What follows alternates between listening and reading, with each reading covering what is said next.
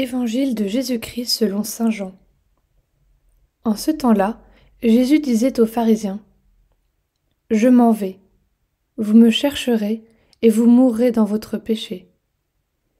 Là où moi je vais, vous ne pouvez pas aller. » Les Juifs disaient : « Veut-il donc se donner la mort, puisqu'il dit : Là où moi je vais, vous ne pouvez pas aller ? » Il leur répondit : « Vous êtes d'en bas, moi je suis d'en haut.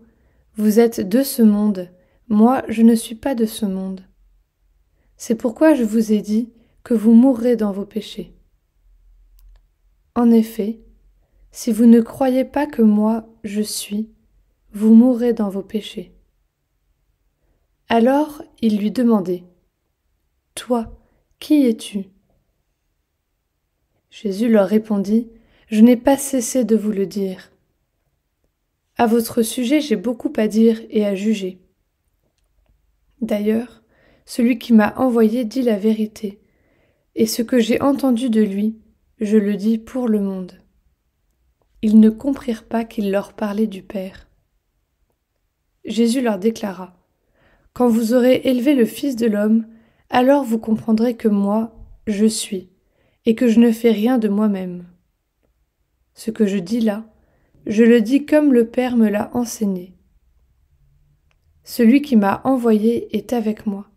Il ne m'a pas laissé seul, parce que je fais toujours ce qui lui est agréable. » Sur ces paroles de Jésus, beaucoup crurent en lui.